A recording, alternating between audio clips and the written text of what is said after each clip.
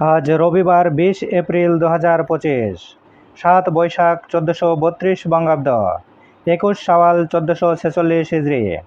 জানিয়ে দেব আজকের দৈনিক বাংলাদেশ প্রতিদিন পত্রিকার শিরোনামগুলো। সংস্কার নির্বাচনে বিভক্তি। বিএনপি চায় ন্যূনতম সংস্কার করে দ্রুত নির্বাচন। জামাত ইসলামী চায় প্রয়োজনীয় সংস্কার শেষে নির্বাচন। এনসিপি চায় পূর্ণাঙ্গ সংস্কারের আগে নয়। ইসলামী আন্দোলন এবি পার্টি সহ অনেকে চায় সংস্কার শেষে নির্বাচন। কম সংস্কার চাইলে আগামী ডিসেম্বরের মধ্যে, আর বেশি চাইলে জুনে নির্বাচন হবে, বললেন অন্তর্বর্তী সরকারের প্রধান উপদেষ্টা ডক্টর মোহাম্মদ ইউনূস। 129 সংস্কার প্রস্তাবে একমত এনসিপি। ঐকমত্য কমিশনের সঙ্গে বৈঠক। নির্বাচনের আগে বিচার ও সংস্কার দৃশ্যমান করতে হবে। বাংলাদেশ পাকিস্তান সম্পর্ক অমীমাংসিত ইস্যুই মূল চ্যালেঞ্জ।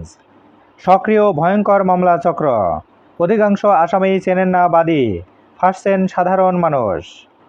ডক্টর ইউনূসের বিশ্বব্যাপী সুপার ডিপ্লোম্যাসি, বললেন অদিতি করিম।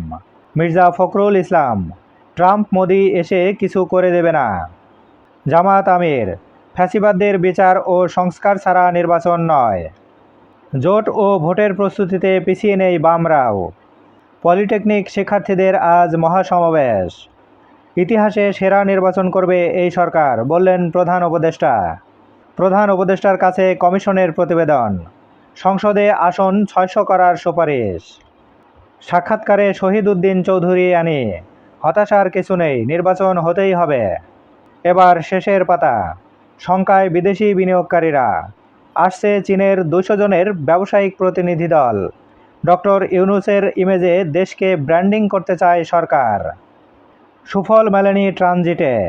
ভারত, নেপাল, ভুটানের বাণিজ্য বাড়লেও পিছিয়ে বাংলাদেশ। চীন, পাকিস্তান, আফগানিস্তানকে যুক্ত করার চেষ্টাও সফল হয়নি। শিলিগুড়ি করিডর সুবিধা নেপাল, ভুটান পেলেও বাংলাদেশ পায়নি। অবৈধ অভিবাসীদের কারণে নষ্ট হচ্ছে শ্রমবাজার। টঙ্গীতে 2 সন্তান হত্যা। মায়ের মানসিক সমস্যা নিয়ে প্রশ্ন, চলছে জিজ্ঞাসাবাদ। চট্টগ্রামে মৃত্যুকূপ, খাল নালা। 13 ঘন্টা পর ভেসে উঠল নিখোঁজ শিশুর লাশ। খাল নালায় পড়ে মৃত্যু, নিখোঁজ দুঃখজনক। জরুরি ভিত্তিতে কার্যকর উদ্যোগ নেব, বললেন মেয়র ডাক্তার শাহাদাত হোসেন। সিরাজগঞ্জে 2 জনকে কুপিয়ে ও গলা কেটে হত্যা। স্বরাষ্ট্র উপদেষ্টা, আওয়ামী লীগের বিরুদ্ধে পুলিশের নিষ্ক্রিয়তা পেলেই ব্যবস্থা।